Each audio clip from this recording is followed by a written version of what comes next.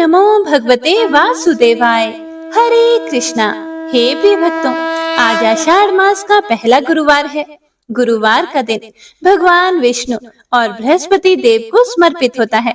इस दिन भगवान विष्णु और बृहस्पति देव की विधि विधान से पूजा और व्रत रखने से भक्तों की सभी मनोकामनाएं पूर्ण होती हैं।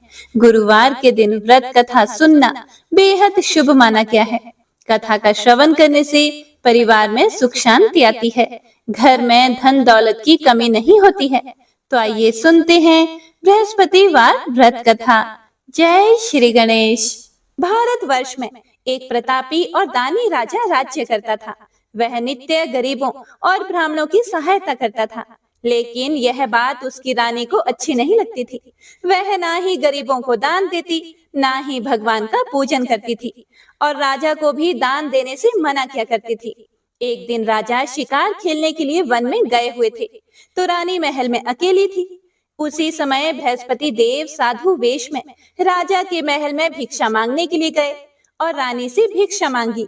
तब रानी ने भिक्षा देने से इनकार किया और कहा, हे साधु महाराज, मैं तो दान पुण्य से तंग आ चुकी हूँ। मेरा पति सारा धन लुटाते रहते हैं। मेरी इच्छा है कि हमारा सारा धन नष्ट हो जाए, फिर ना रहेगा बांस और ना बजेगी बांसुरी। साधु महाराज ने कहा, हे देवी, तुम तो बड़ी ही विचित्र हो। धन संतान तो सभी चाहते हैं, पुत्र और लक्ष्मी तो पापी के घर में भी होनी चाहिए। यदि तुम्हारे पास अधिक धन है तो भूखों को भोजन दो, प्यासों के लिए प्याऊ बनवाओ, मुसाफिरों के लिए धर्मशालाएं खुलवाओ। जो गरीब लोग अपनी कुंवारी कन्याओं का विवाह नहीं कर सकते, उनका विवाह करा दो। ऐसे और कई काम हैं जिनके करने से तुम्हारा यश लोक परलोक में फैलेगा। लेकिन हे प्रिय भक्तों, रानी पर उपदेश का कोई प्रभाव नहीं पड़ा। रानी साधु महाराज से बोली, हे महाराज, आप मुझे कुछ ना समझाएं। मैं ऐसा धन नहीं चाहती जो हर जगह बांटती फिरूं। फिर साधु महाराज ने उत्तर दिया कि यदि तुम्हारी ऐसी ही इच्छा है तो तथास्तु।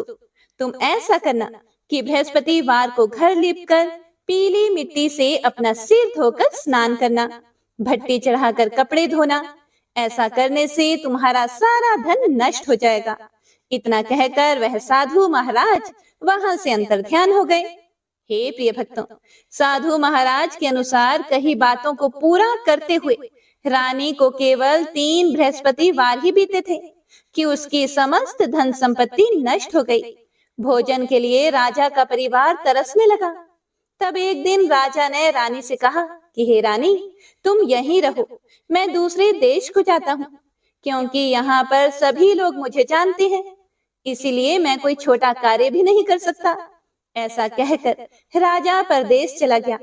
वहां वह जंगल से लकड़ी काट कर लाता और शहर में बेचता था। इस तरह वह अपना जीवन व्यतीत करने लगा। और इधर राजा के परदेश जाते ही रानी और दासी दुखी रहने लगी। एक बार जब रानी और दासी को 7 दिन तक बिना भोजन के रहना पड़ा, तो रानी ने अपनी दासी से कहा कि हे दासी, पास ही के नगर में मेरी बहन रहती है, वह बड़ी धनवान है। तुम उसके पास जाओ और कुछ लेकर आओ, ताकि थोड़ा बहुत गुजर बसर हो जाए। दासी रानी की बहन के पास गई। उस दिन गुरुवार था और रानी की बहन उस समय बृहस्पतिवार व्रत की कथा सुन रही थी। दासी ने रानी की बहन को अपनी रानी का संदेश दिया, लेकिन रानी की बड़ी बहन ने कोई उत्तर नहीं दिया। जब दासी को रानी की बहन से कोई उत्तर नहीं मिला, तो वह बहुत दुखी हुई और उसे बहुत क्रोध भी आया। दासी ने वापस आकर रानी को सारी बात बता दी। सुनकर रानी ने अपने भाग्य को कोसा। उधर रानी की बहन ने सोचा कि मेरी बहन की दासी आई थी, परंतु मैं उससे नहीं बोली, इससे वह बहुत दुखी हुई होगी। कथा सुनकर और पूजन समाप्त करके वह अपनी बहन के घर आई और कहने लगी, हे बहन, मैं बृहस्पतिवार का व्रत कर रही थी, तुम्हारी दासी मेरे घर आई थी, लेकिन जब तक कथा होती है तब तक ना तो उठते हैं और ना ही बोलते हैं, इसीलिए मैं नहीं बोली। कहो, दासी क्यों गई थी? रानी बोली कि हे बहन, तुमसे क्या छिपाऊं, हमारे घर में खाने तक को अनाज नहीं है। ऐसा कहते कहते रानी की आंखें भर आई। उसने दासी समेत पिछले 7 दिनों से भूखे रहने की बात अपनी बहन को विस्तार पूर्वक सुना दी। रानी की बहन बोली कि देखो बहन, भगवान बृहस्पति देव सबकी मनोकामना को पूर्ण करते हैं। देखो, शायद तुम्हारे घर में अनाज रखा हो। पहले तो रानी को विश्वास ही नहीं हुआ, पर बहन के आग्रह करने पर उसने अपनी दासी को अंदर भेजा तो उसे सचमुच अनाज से भरा हुआ एक घड़ा मिल गया। यह देखकर दासी को बड़ी हैरानी हुई। दासी रानी से कहने लगी, हे रानी, जब हमको भोजन नहीं मिलता तो हम व्रत ही तो करते हैं, इसीलिए क्यों ना इनसे व्रत और कथा की विधि पूछ ली जाए ताकि हम भी व्रत कर सकें। तब रानी ने अपनी बहन से बृहस्पतिवार व्रत के बारे में पूछा। उसकी बहन ने बताया कि बृहस्पतिवार के व्रत में चने की दाल और मुनक्का से विष्णु भगवान का केले की जड़ में पूजन करें तथा दीपक जलाएं, व्रत कथा सुने और पीला भोजन ही करें। इससे बृहस्पति देव प्रसन्न होते हैं। व्रत और पूजन विधि बताकर रानी की बहन अपने घर को लौट गई। 7 दिन के बाद जब गुरुवार आया तो रानी और दासी ने व्रत रखा। घुड़साल में जाकर चना और गुड़ लेकर आई, फिर उससे केले की जड़ तथा विष्णु भगवान का पूजन किया, कथा की और आरती की।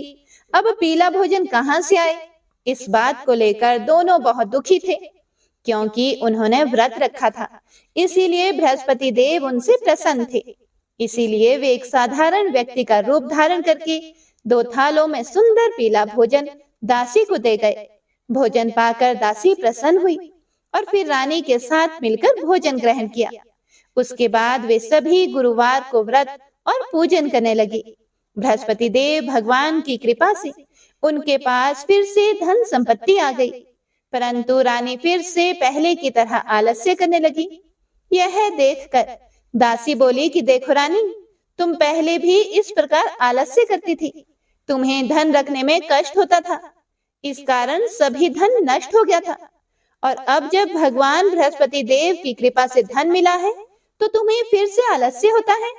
रानी को समझाते हुए दासी कहती है कि बड़ी मुसीबतों के बाद हमने यह धन पाया है, इसीलिए हमें दान पुण्य करना चाहिए, भूखे मनुष्यों को भोजन कराना चाहिए और धन को शुभ कार्यों में खर्च करना चाहिए, जिससे तुम्हारे कुल का यश बढ़ेगा और स्वर्ग की प्राप्ति होगी और पितृ प्रसन्न होंगे। हे प्रिय भक्तों, दासी की बात मानकर रानी अपना धन शुभ कार्यों में खर्च करने लगी, जिससे पूरे नगर में उसका यश फैलने लगा। एक दिन रानी और दासी आपस में विचार करने लगी कि ना जाने राजा किस दशा में होंगे, उनकी कोई खोज खबर भी नहीं है। उन्होंने श्रद्धा पूर्वक बृहस्पति भगवान से प्रार्थना की कि राजा जहाँ कहीं भी हो शीघ्र वापस आ जाएं। उधर राजा प्रदेश में बहुत दुखी रहने लगा। वह प्रतिदिन जंगल से लकड़ियां काट कर लाता और उसे शहर में बेचकर अपने दुखी जीवन को बड़ी कठिनता से व्यतीत कर रहा था। एक दिन दुखी होकर अपनी पुरानी बातों को याद करके वह राजा रोने लगा और उदास हो गया। उसी समय राजा के पास बृहस्पति देव साधु के वेश में आकर बोले, हे लकड़हारे, तुम इस सुनसान जंगल में किस चिंता में बैठे हो, मुझे बताओ। यह सुनकर राजा की आंखों में आंसू आ गए। राजा ने हाथ जोड़कर साधु महाराज को प्रणाम किया और संपूर्ण कहानी सुना दी। महात्मा तो दयालु होते हैं। उन्होंने राजा से कहा कि हे राजन, तुम्हारी पत्नी ने बृहस्पतिवार के दिन बृहस्पति भगवान का निरादर किया है, जिसके कारण रुष्ट होकर उन्होंने तुम्हारी यह दशा की थी। अब तुम चिंता को दूर करके मेरे कहने पर चलो तो तुम्हारे सभी कष्ट दूर हो जाएंगे और भगवान तुम्हें पहले से भी अधिक संपत्ति देंगे। देखो, अब तुम्हारी पत्नी ने बृहस्पतिवार का व्रत शुरू कर दिया है। अब तुम भी बृहस्पतिवार का व्रत शुरू करके चने की दाल और गुड़ जल के लोटे में डालकर केले का पूजन करो, फिर कथा कहो या सुनो, भगवान तुम्हारी सभी मनोकामनाओं को पूर्ण करेंगे। साधु के ऐसे वचन सुनकर राजा बोले, हे प्रभु, मुझे लकड़ी बेचकर इतना पैसा नहीं मिलता जिससे भोजन के उपरांत कुछ बचा सकूं, और रात को मैंने अपनी रानी को व्याकुल देखा है। मेरे पास कोई साधन भी नहीं है जिससे मैं उसकी खबर मंगा सकूं।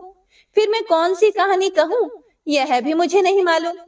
साधु महाराज बोले, हे राजन, मन में बृहस्पति भगवान के पूजन व्रत का निश्चय करो। वे स्वयं ही तुम्हारे लिए कोई ना कोई राह बना देंगे। बृहस्पतिवार के दिन तुम रोजाना की तरह लकड़ियां लेकर शहर को जाओ। तुमको रोज से दुगुना धन प्राप्त होगा, जिससे तुम भली भांति भोजन कर लोगे तथा बृहस्पति देव की पूजा का सामान भी आ जाएगा। और तुमने जो बृहस्पतिवार की कहानी के बारे में मुझसे पूछा है वह इस प्रकार है, सुनो। साधु वेश में भगवान बृहस्पति देव उसे कहानी सुनाते हुए बोले कि प्राचीन काल में एक ब्राह्मण रहता था। वह बहुत निर्धन था, उसके कोई संतान नहीं थी। उसकी पत्नी बहुत मलिनता के साथ रहती थी। वह स्नान नहीं करती थी, किसी देवता का पूजन नहीं करती थी। इससे ब्राह्मण देवता बड़े दुखी थे। बेचारे बहुत कुछ कहते थे, किंतु उसका कुछ परिणाम नहीं निकला। भगवान की कृपा से ब्राह्मण की पत्नी के कन्या रूपी रत्न पैदा हुआ। कन्या बड़ी होने पर प्रातः स्नान करके विष्णु भगवान का जाप व बृहस्पतिवार का व्रत करने लगी। अपने पूजन पाठ को समाप्त करके विद्यालय जाती तो अपनी मुट्ठी में जौ भर कर ले जाती और पाठशाला के रास्ते में डालती जाती। तब ये जौ स्वर्ण के हो जाते। लौटते समय उनको बीन कर घर ले आती थी। एक दिन वह बालिका सूप में उस सोने के जौ को पटक कर साफ कर रही थी कि उसके पिता ने देख लिया और उससे कहा कि बेटी, सोने के जौ के लिए सोने का सूप होना चाहिए। दूसरे दिन बृहस्पतिवार था। इस कन्या ने व्रत रखा और बृहस्पति देव से प्रार्थना करके कहा कि मैंने आपकी पूजा सच्चे मन से की हो तो मेरे लिए सोने का सूप दे दो। बृहस्पति देव ने उसकी प्रार्थना स्वीकार कर ली। रोजाना की तरह वह कन्या जौ फैलाती हुई जाने लगी। जब लौटकर जौ बीन रही थी तो बृहस्पति देव की कृपा से सोने का सूप मिला। उसे वह घर ले आई और उसमें जौ साफ करने लगी, परंतु उसकी माँ का वही ढंग रहा। एक दिन की बात है, वह कन्या सोने के सूप में जौ साफ कर रही थी। उस समय उस शहर का राजपुत्र वहां से होकर निकला। इस कन्या के रूप और कार्य को देखकर वह मोहित हो गया तथा अपने घर आकर भोजन तथा जल त्याग कर उदास होकर लेट गया। राजा को इस बात का पता लगा तो अपने प्रधानमंत्री के साथ उसके पास गए और बोले, हे पुत्र, तुम्हें किस बात का कष्ट है? किसी ने अपमान किया है अथवा और कारण हो तो कहो, मैं वही कार्य करूंगा जिससे तुम्हें प्रसन्नता हो। अपने पिता की राजकुमार ने बातें सुनी तो वह बोला कि मुझे आपकी कृपा से किसी बात का दुख नहीं है। किसी ने मेरा अपमान भी नहीं किया है, परंतु मैं उस लड़की से विवाह करना चाहता हूँ जो सोने के सूप में जौ साफ कर रही थी। यह सुनकर राजा आश्चर्य में पड़ा और बोला, हे पुत्र, इस तरह की कन्या का पता तुम ही लगाओ, मैं उसके साथ तेरा विवाह अवश्य ही करवा दूंगा। राजकुमार ने उस लड़की के घर का पता बताया। तब मंत्री उस लड़की के घर गए और ब्राह्मण देवता को सभी हाल बतलाया। ब्राह्मण देवता राजकुमार के साथ अपनी कन्या का विवाह करने के लिए तैयार हो गए तथा विधि विधान के अनुसार ब्राह्मण की कन्या का विवाह राजकुमार के साथ हो गया। कन्या के घर से जाते ही पहले की भांति उस ब्राह्मण देवता के घर में गरीबी का निवास हो गया। अब भोजन के लिए भी अन्न बड़ी मुश्किल से मिलता था। एक दिन दुखी होकर ब्राह्मण देवता अपनी पुत्री के पास गए। बेटी ने पिता की दुखी अवस्था को देखा और अपनी माँ का हाल पूछा। तब ब्राह्मण ने सभी हाल कहा। कन्या ने बहुत सा धन देकर अपने पिता को विदा कर दिया। इस तरह ब्राह्मण का कुछ समय सुखपूर्वक व्यतीत हुआ। कुछ दिनों के बाद फिर से वही हाल हो गया। ब्राह्मण फिर अपनी कन्या के यहाँ गया और सारा हाल कहा तो लड़की बोली, हे पिताजी, आप माता जी को यहाँ लाओ, मैं उन्हें विधि बता दूंगी जिससे गरीबी दूर हो जाए। वह ब्राह्मण देवता अपनी पत्नी को साथ लेकर पहुंचे तो अपनी माँ को वह समझाने लगी कि हे माँ, आप प्रातः काल प्रथम स्नान आदि करके विष्णु भगवान का पूजन करो तो सब दरिद्रता दूर हो जाएगी। परंतु उसकी माँ ने एक भी बात नहीं मानी और प्रातः काल उठकर अपनी पुत्री के बच्चों की जूठन को खा लिया। इससे उसकी पुत्री को भी बहुत गुस्सा आया और एक रात को कोठरी से सभी सामान निकाल दिया और अपनी माँ को उसमें बंद कर दिया। प्रातः काल उसे निकाला तथा स्नान आदि कराकर पाठ करवाया तो उसकी माँ की बुद्धि ठीक हो गई और फिर प्रत्येक बृहस्पतिवार को व्रत रखने लगी। इस व्रत के प्रभाव से उसके माँ बाप बहुत ही धनवान और पुत्रवान हो गए और बृहस्पति जी के प्रभाव से इस लोक के सुख भोग कर स्वर्ग को प्राप्त हुए। कथा कहकर साधु बने बृहस्पति देव वहां से अंतर ध्यान हो गए। धीरे धीरे समय व्यतीत होने पर फिर वही बृहस्पतिवार का दिन आया। लकड़हारा जंगल से लकड़ी काटकर किसी शहर में बेचने गया। उसे उस दिन और दिन से अधिक पैसा मिला। राजा ने चना गुड़ आदि लाकर गुरुवार का व्रत किया। उस दिन से उसके सभी दुख दूर हुए। परंतु जब दोबारा गुरुवार का दिन आया तो बृहस्पतिवार का व्रत करना वह भूल गया। इस कारण बृहस्पति भगवान नाराज हो गए। उस दिन उस नगर के राजा ने विशाल यज्ञ का आयोजन किया तथा शहर में यह घोषणा करा दी कि कोई भी मनुष्य अपने घर में भोजन ना बनाए, न आग जलाए। समस्त जनता मेरे यहाँ भोजन करने आए। इस आज्ञा को जो नहीं मानेगा उसे फांसी दी जाएगी। इस तरह की घोषणा संपूर्ण नगर में करवा दी गई। राजा की आज्ञा के अनुसार शहर के सभी लोग भोजन करने गए, लेकिन लकड़हारा कुछ देर से पहुंचा। इसीलिए राजा उसको अपने साथ घर ले गए और घर ले जाकर भोजन करा रहे थे तो रानी की दृष्टि उस खूंटी पर पड़ी जिस पर उसका हार लटका था। वह वहां पर दिखाई नहीं दिया। रानी ने निश्चय किया कि मेरा हार इस मनुष्य ने चुरा लिया है। उसी समय सिपाहियों को बुलाकर उसको कारागार में डलवा दिया गया। जब लकड़हारा कारागार में पड़ गया और बहुत दुखी होकर सोचने लगा कि ना जाने कौन से पूर्व जन्म के कर्म से मुझे यह दुख प्राप्त हुआ है, और उसी साधु को याद करने लगा जो कि जंगल में मिला था। उसी समय तत्काल बृहस्पति देव साधु के रूप में प्रकट हुए और उसकी दशा को देखकर कहने लगे, अरे मूर्ख, तूने बृहस्पति देव की कथा नहीं की, इस कारण तुझे दुख प्राप्त हुआ है। अब चिंता मत कर। बृहस्पतिवार के दिन कारागार के दरवाजे पर 4 पैसे पड़े मिलेंगे। उनसे तू बृहस्पति देव की पूजा करना, तेरे सभी कष्ट दूर हो जाएंगे। बृहस्पतिवार के दिन उसे 4 पैसे मिले। लकड़हारे ने कथा कही। उसी रात्रि को बृहस्पति देव ने उस नगर के राजा को स्वप्न में कहा कि हे राजन, तुमने जिस आदमी को जेल में बंद कर दिया है वह निर्दोष है। वह एक राजा है, उसे छोड़ देना। रानी का हार उसी खूंटी पर लटका है। अगर तू ऐसा नहीं करेगा तो मैं तेरे राज्य को नष्ट कर दूंगा। इस तरह रात्रि के स्वप्न को देखकर राजा प्रातःकाल उठा और खूंटी पर हार देखकर लकड़हारे को बुलाकर क्षमा मांगी तथा लकड़हारे को योग्य सुंदर वस्त्र आभूषण देकर विदा कर दिया। बृहस्पति देव की आज्ञा के अनुसार लकड़हारा अपने नगर को चल दिया। राजा जब अपने नगर के निकट पहुंचा तो उसे बड़ा आश्चर्य हुआ। नगर में पहले से भी अधिक बाग, तालाब, कुएं तथा बहुत सी धर्मशालाएं, मंदिर आदि बन गए हैं। राजा ने पूछा, यह किसका बाग और धर्मशाला है? तब नगर के सभी लोग कहने लगे कि यह सब रानी और दासी के हैं। तो राजा को यह सुनकर आश्चर्य हुआ और गुस्सा भी आया कि रानी के पास इतना पैसा कहां से आ गया। जब रानी ने यह खबर सुनी कि राजा आ रहे हैं तो उन्होंने दासी से कहा, हे दासी, देख, राजा हमको कितनी बुरी हालत में छोड़कर गए थे। हमारी ऐसी हालत देखकर वह लौट ना जाए, इसीलिए तू दरवाजे पर खड़ी हो जा। आज्ञा अनुसार दासी दरवाजे पर खड़ी हो गई। राजा आए तो उन्हें अपने साथ लेकर आई।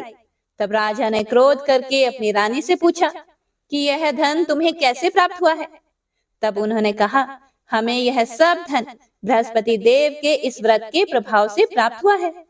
राजा ने निश्चय किया कि 7 रोज बाद तो सभी बृहस्पति देव का पूजन करते हैं, लेकिन मैं प्रतिदिन 3 बार कहानी तथा रोज व्रत किया करूंगा।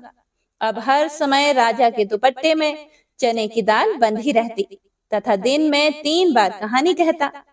एक रोज राजा ने सोचा कि चलो अपनी बहन के यहाँ हो आए। इस तरह निश्चय करके राजा घोड़े पर सवार होकर अपनी बहन के यहाँ को चलने लगा। रास्ते में उसने देखा कि कुछ आदमी एक मुर्दे को लिए जा रहे हैं। उन्हें रोककर राजा कहने लगा, अरे भाइयों, मेरी बृहस्पति देव की कथा सुन लो। वे बोले, लो, हमारा तो आदमी मर गया, इसको अपनी कथा की पड़ी है।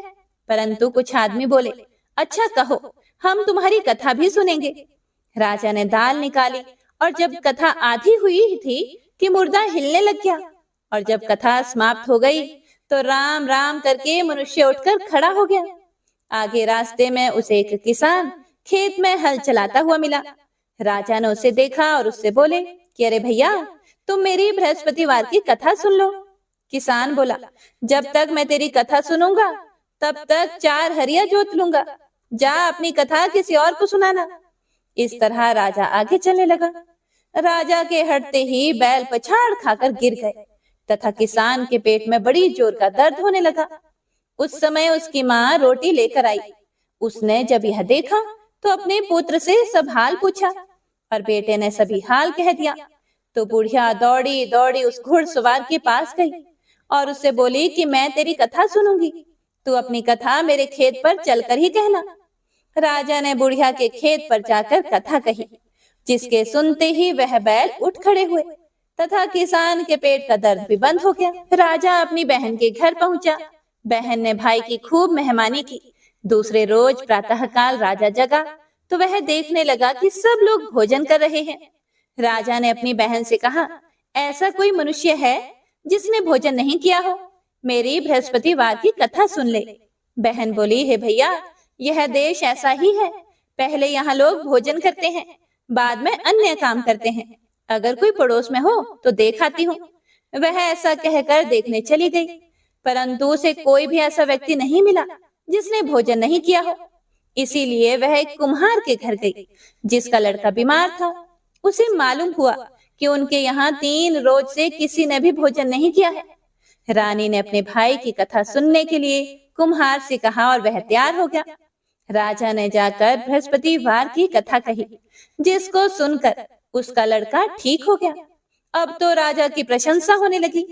एक रोज राजा ने अपनी बहन से कहा, हे बहन, हम अपने घर को जाएंगे, तुम भी तैयार हो जाओ। राजा की बहन ने अपनी सास से कहा तो सास ने कहा कि हाँ चली जा, परंतु अपने लड़कों को मत ले जाना, क्योंकि तेरे भाई के कोई औलाद नहीं है। बहन ने अपने भैया से कहा, हे भैया, मैं तो चलूंगी, पर कोई बालक नहीं जाएगा। राजा बोला, जब कोई बालक नहीं चलेगा तब तुम भी क्या करोगी? बड़े दुखी मन से राजा अपने नगर को लौट आया। राजा ने अपनी रानी से कहा, हम निर्वंशी हैं, हमारा मुंह देखने का धर्म नहीं है और कुछ भोजन आदि नहीं किया। रानी बोली, हे प्रभु, बृहस्पति देव ने हमें सब कुछ दिया है, वह हमें औलाद अवश्य देंगे। उसी रात को बृहस्पति देव ने राजा के स्वप्न में कहा, हे राजा, उठो, सभी सोच त्याग दो, तेरी रानी गर्भ से है। राजा को यह बात सुनकर बड़ी खुशी हुई। 9वें महीने में उसकी पत्नी के गर्भ से एक सुंदर पुत्र पैदा हुआ। तब राजा बोला, हे रानी, स्त्री बिना भोजन के रह सकती है, पर बिना कहे नहीं रह सकती। जब मेरी बहन आए तुम उससे कुछ मत कहना। रानी ने सुनकर हाँ कर दिया। जब राजा की बहन ने यह शुभ समाचार सुना तो वह बहुत खुश हुई तथा बधाई लेकर अपने भाई के यहाँ आई। तभी रानी ने कहा, घोड़ा चढ़कर तो नहीं आई, गधा चढ़ी आई। राजा की बहन बोली, भाभी, इस प्रकार ना कहती तो तुम्हें औलाद कैसे होती? बृहस्पति देव ऐसे ही है, जैसी जिसके मन में कामनाएं हैं सभी को पूर्ण करते हैं। जो सद्भावना पूर्वक बृहस्पतिवार का व्रत करता है, कथा पढ़ता या सुनता है, दूसरों को सुनाता है, बृहस्पति देव उनकी सभी मनोकामनाएं पूर्ण करते हैं। बृहस्पति देव उनकी सदैव रक्षा करते हैं। जो संसार में सद्भावना और सच्चे हृदय से बृहस्पति देव का पूजन करते हैं, उनकी सभी मनोकामनाएं उसी प्रकार पूर्ण होती हैं, जैसे राजा और रानी ने बृहस्पति देव की कथा का गुणगान किया। उनकी सभी इच्छाएं बृहस्पति देव ने पूर्ण की। मनुष्य को हृदय से उनका मनन करते हुए जयकारा करना चाहिए। तो प्रेम से बोलिए, बृहस्पति देव की जय। बोलिए, लक्ष्मी नारायण भगवान की जय। हे प्रिय भक्तों, तो आइए अब सुनते हैं बृहस्पतिवार की दूसरी कथा। एक बार देवराज इंद्र स्वर्ग में अपने सिंहासन पर विराजमान थे। सारे देवता, ऋषि, गंधर्व, किन्नर आदि भी उस सभा में उपस्थित थे। तभी देव गुरु बृहस्पति जी वहां पर आ गए तो उनके सम्मान में सभी खड़े हो गए, किंतु उस दिन देवराज इंद्र अहंकार वश खड़े नहीं हुए और जैसे वो पहले उनका आदर करते थे वैसा उनका आदर भी नहीं किया। देव गुरु बृहस्पति जी इसे अपना अनादर समझकर वहां से चले गए। तब देवराज इंद्र को अपने किए पर बड़ा दुख हुआ। उन्हें लगा कि उन्होंने देव गुरु का अनादर कर दिया है और देव गुरु उनसे रुष्ट हो गए हैं। उन्हें अपनी भूल का एहसास हो गया था। देवराज ने सोचा कि देव गुरु के आशीर्वाद से ही उन्हें स्वर्ग का वैभव मिला है। वो अपने क्रोध से सब नष्ट कर सकते हैं। इसीलिए उनके क्षमा मांगने का विचार कर देवराज इंद्र उनके पास गए। देवगुरु बृहस्पति जी ने अपने योग बल से जान लिया था कि देवराज इंद्र उनसे क्षमा मांगने के लिए यहाँ आ रहे हैं, लेकिन क्रोधवश उनसे भेंट न करने की इच्छा से देवगुरु वहां से अंतर ध्यान हो गए। जब देवराज इंद्र को देवगुरु बृहस्पति जी वहां नहीं मिले तो वे निराश होकर वापस लौट गए। यह समाचार जब दैत्यों के राजा वृषवर्मा ने सुना तो उसने दैत्य गुरु शुक्राचार्य से भेंट की और उनकी आज्ञा से इंद्रलोक पर आक्रमण कर दिया। देव गुरु की कृपा प्राप्त ना होने के कारण देवता दैत्यों से हारने लगे। तब देवताओं ने ब्रह्मा जी को सारा वृतांत सुनाया और उनसे सहायता मांगी। तब ब्रह्मा जी ने उनसे कहा कि तुमसे बहुत बड़ा अपराध हुआ है जो तुमने देव गुरु को क्रोधित कर दिया है।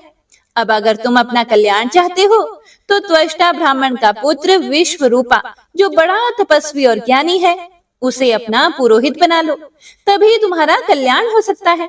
ब्रह्मा जी के वचन सुनते ही देवराज इंद्र त्वष्टा के पास पहुंच गए और बड़े ही विनम्र भाव से त्वष्टा से निवेदन किया कि आप हमारे पुरोहित बनकर हमारा कल्याण करें। देवराज का निवेदन सुनकर त्वष्टा ने कहा कि पुरोहित बनने से तपोबल घट जाता है, परंतु आप इतनी विनती कर रहे हो तो मेरा पुत्र विश्वरूपा आपका पुरोहित बनकर आपकी रक्षा करेगा। पिता की आज्ञा से विश्वरूपा ने देवताओं का पुरोहित बनकर अपने पूर्ण प्रयत्न किए। प्रभु कृपा से देवराज इंद्र ने वृषवर्मा को युद्ध में परास्त करके अपने सिंहासन को पुनः प्राप्त कर लिया। त्वष्टा के पुत्र विश्वरूपा के 3 मुंह थे। एक मुंह से वह सोमपली लता का रस पीते, दूसरे मुंह से मदिरा और तीसरे मुंह से अन्न आदि का भोजन करते थे। देवराज इंद्र ने कुछ दिनों के बाद विश्वरूपा से कहा कि मैं आपकी सहायता से यज्ञ करना चाहता हूँ। फिर विश्वरूपा ने आज्ञा अनुसार यज्ञ प्रारंभ कर दिया। तब विश्वरूपा से एक दैत्य ने कहा कि तुम्हारी माता दैत्य कन्या है, इसीलिए हमारे कल्याण के निमित्त इस यज्ञ में आप एक आहुति दैत्यों के नाम पर भी दिया करेंगे तो आपकी कृपा होगी। विश्वरूपा दैत्य की बात मानकर यज्ञ में आहुति देते समय दैत्य का नाम धीरे से लेना शुरू कर देते हैं। इस कारण यज्ञ करने पर भी देवताओं के तेज में वृद्धि नहीं हुई। देवराज इंद्र को जब सारा वृतांत पता चला तो उन्होंने क्रोध में आकर विश्वरूपा के 3 सिर काट डाले। अब मद्यपान करने वाले मुंह से भंवरा, सोमबलि का रस पीने वाले मुख से कबूतर और अन्न आदि खाने वाले मुख से तीतर बन गया। ब्रह्म हत्या के प्रभाव से इंद्र का स्वरूप ही बदल गया। देवताओं ने पूरे 1 वर्ष तक पश्चाताप किया, पर फिर भी ब्रह्म हत्या के पाप के प्रभाव से वे छूट ना पाए। तब सभी देवताओं ने ब्रह्मा जी से प्रार्थना की कि वह देव गुरु बृहस्पति जी को साथ लेकर उनकी सहायता करें। तब ब्रह्म हत्या के पाप के 4 भाग किए, उनमें से 1 भाग पृथ्वी को दिया। इसी कारण धरती कहीं ऊंची तो कहीं नीची और कहीं बंजर होती है। ब्रह्मा जी ने पृथ्वी को यह वरदान दिया कि धरती में जहाँ गड्ढा होगा वो समय आने पर स्वतः ही भर जाएगा। दूसरा भाग वृक्षों को दिया, जिस कारण उनमें से गोंद बहता है और गूगल के अतिरिक्त सब गोंद अशुद्ध माने जाते हैं। ब्रह्मा जी ने वृक्षों को यह वरदान दिया कि ऊपर से सूखने पर भी जड़ फिर से फूट जाती है। तीसरा भाग स्त्रियों को दिया, जिस कारण स्त्रियां हर महीने रजस्वला होती हैं। प्रथम दिन वो चांडालिनी, दूसरे दिन वो ब्रह्मघातिनी और तीसरे दिन वो धोबिन के समान रहकर चौथे दिन शुद्ध होती हैं। ब्रह्मा जी ने स्त्रियों को संतान प्राप्ति का वरदान दिया। चौथा भाग जल को दिया, जिस कारण जल के ऊपर फेन और सिवाल आदि आ जाते हैं। ब्रह्मा जी ने जल को यह वरदान दिया कि उसे जिस चीज में डाला जाएगा उसका भार बढ़ जाएगा। देवराज इंद्र को इस प्रकार से ब्रह्म हत्या के पाप से मुक्ति मिली। जो भी मनुष्य इस कथा को पढ़ता, सुनता या सुनाता है, उसके सभी पाप देव गुरु बृहस्पति जी की कृपा से नष्ट हो जाते हैं। तो सभी भक्तजन प्रेम से बोलिए श्री हरि विष्णु भगवान की जय, बोलिए बृहस्पति देव की जय। तो आइए अब सुनते हैं बृहस्पति देव की आरती। ओम जय बृहस्पति देवा, ओम जय बृहस्पति देवा, छिन्न छिन्न भोग लगाऊं कदली फल मेवा। ओम जय बृहस्पति देवा, तुम पूर्ण परमात्मा, तुम अंतर्यामी, जगत पिता जगदीश्वर, तुम सबके स्वामी। ओम जय बृहस्पति देवा, चरणामृत निज निर्मल, सब पातक हरता, सकल मनोरथ दायक, कृपा करो भरता। ओम जय बृहस्पति देवा, तन मन धन अर्पण कर, जो जन शरण पड़े, प्रभु प्रकट तब हो करे, आकर द्वार खड़े। ओम जय बृहस्पति देवा, दीन दयाल दयानिधि, भक्तन हितकारी, पाप दोष सब हरता, भव बंधन हारी। ओम जय बृहस्पति देवा, सकल मनोरथ दायक, सब संशय तारो, वेश विकार मिटाओ, संतन सुखकारी। ओम जय बृहस्पति देवा, जो कोई आरती तेरी प्रेम सहित गावे, ज्येष्ठानंद बंद सो निश्चय ही पावे। ओम जय बृहस्पति देवा, ओम जय बृहस्पति देवा। तो प्रेम से बोलिए भगवान बृहस्पति देव की जय। हे प्रिय भक्तों, तो आज की कथा यहीं पर समाप्त होती है। उम्मीद है आप सभी भक्तों ने पूरे भक्ति भाव से कथा का रसपान किया होगा। तो कथा पसंद आई हो तो लाइक करके कमेंट बॉक्स में बृहस्पति देव की जय जरूर लिखिएगा और हमारे चैनल पर आषाढ़ मास की महत्तम्य कथाओं को सुनकर पुण्य फल प्राप्त कीजिएगा। भगवान श्री हरि विष्णु और माता लक्ष्मी आपकी सभी मनोकामनाओं को पूर्ण करें। तो एक बार सभी भक्तजन प्रेम से बोलिए बृहस्पति देव की जय।